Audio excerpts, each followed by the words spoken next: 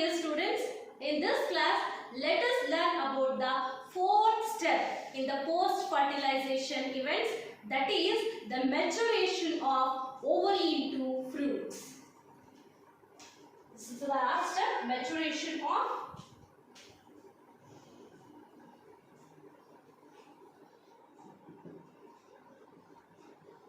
ovary into fruit. So what do you mean by fruit? Fruit is nothing else but it's a ripened ovary. Fruit is what?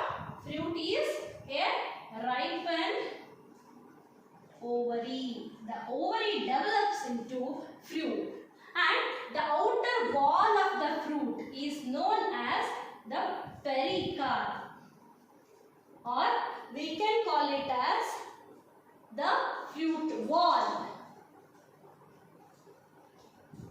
Okay, the fruit wall is known as what? Pericarp. Okay, or epicarp. Next, the middle portion is known as what? Meso. Meso means middle. Mesocarp.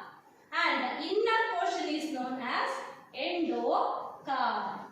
So these are the three parts. Okay, outer epicarp, middle mesocarp, and inner endocarp. See, there are two types of fruit. Based on the development, there are two types of fruit. The first kind of fruit is known as true fruit, and the second kind is known as false fruit.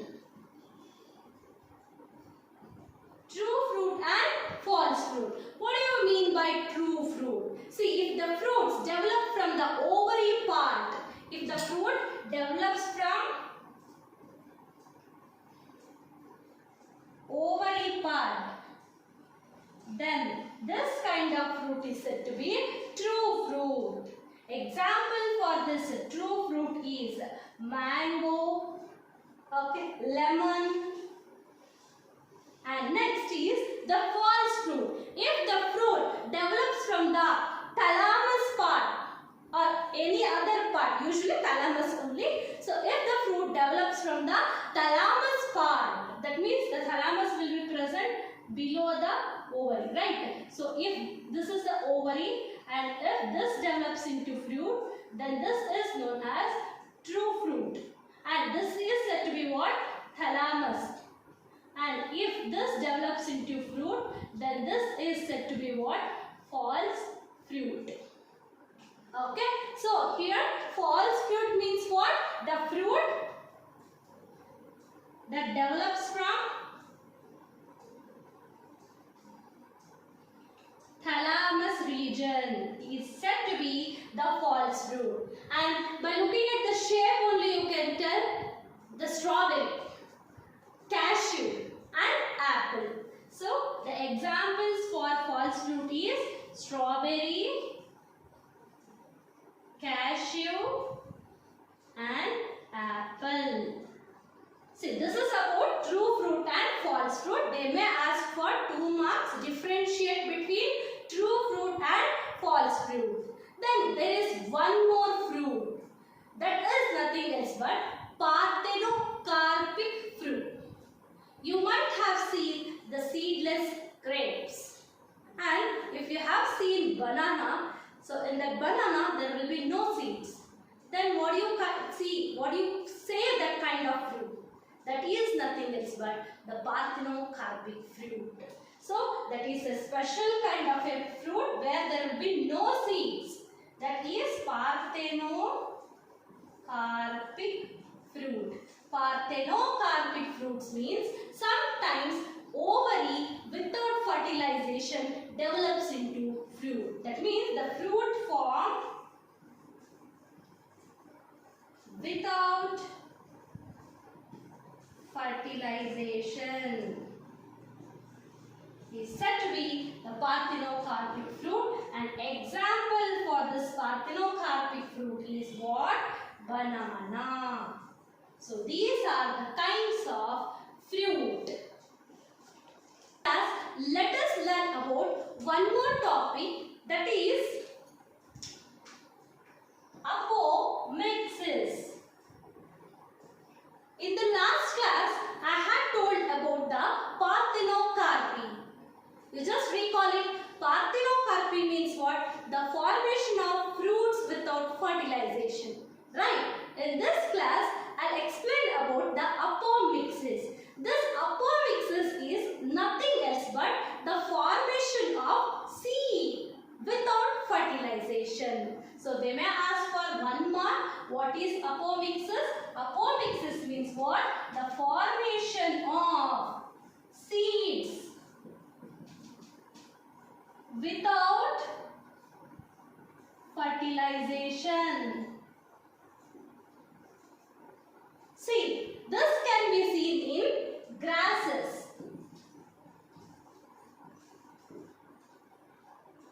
This apomixis is a form of asexual reproduction which mimics the sexual reproduction. Now let us learn about how apometic seeds are formed. See, you all know that after the meiosis, the fusion of male and female gametes should take place. Okay, then that is known as zygote or diploid cell. So this diploid cell formation is very important during the development of embryo. Right. So here what happens in case of apomixis is this diploid cell will be formed but without meiosis. Without meiosis, this diploid cell will be formed. Okay, and this diploid cell will develop into embryo without involving the fusion of male and female gametes. And how this diploid cell will be formed without meiosis? You are getting confused, right? See, there are the cells of the nucellus. You have already heard the cells of the nucellus will be present here. So this is known as the nucellus which surrounds what? This is embryo sac. Here the cells of the nucellus, it is diploid in nature, okay, which surrounds the embryo sac. They protrude. That means like this they will come inside.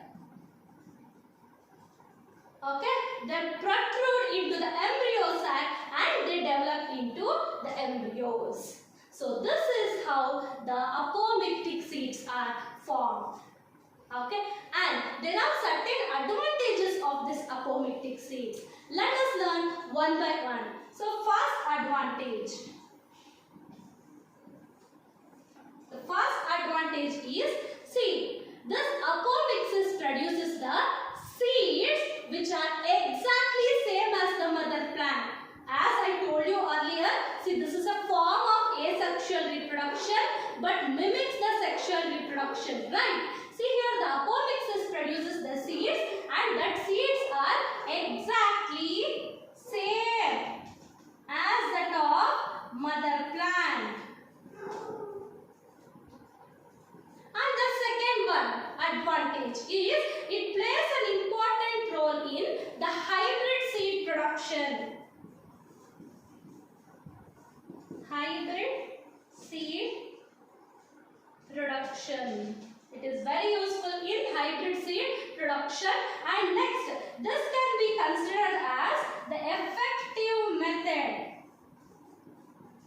This can be considered as effective methods for producing seeds.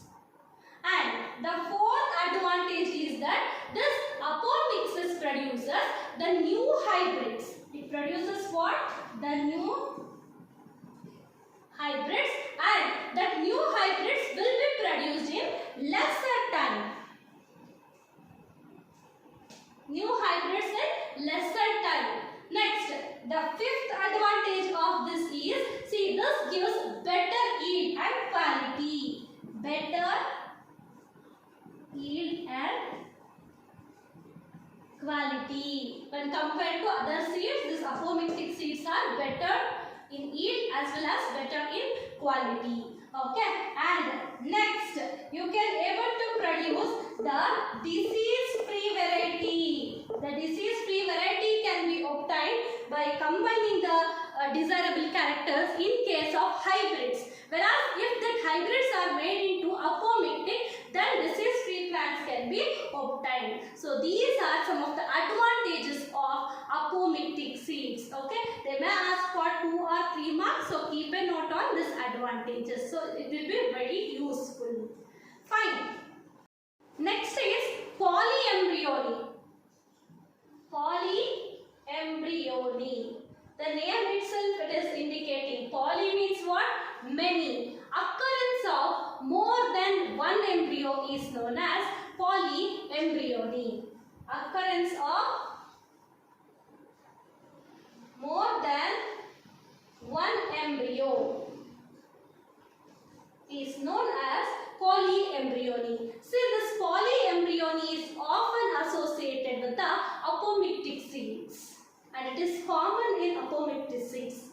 An example for this polyembryony is, you can see this in case of citrus fruits and mango, even in the groundnut. So this is about the sexual reproduction in flowering plants. So hope you have understood. Thank you for listening.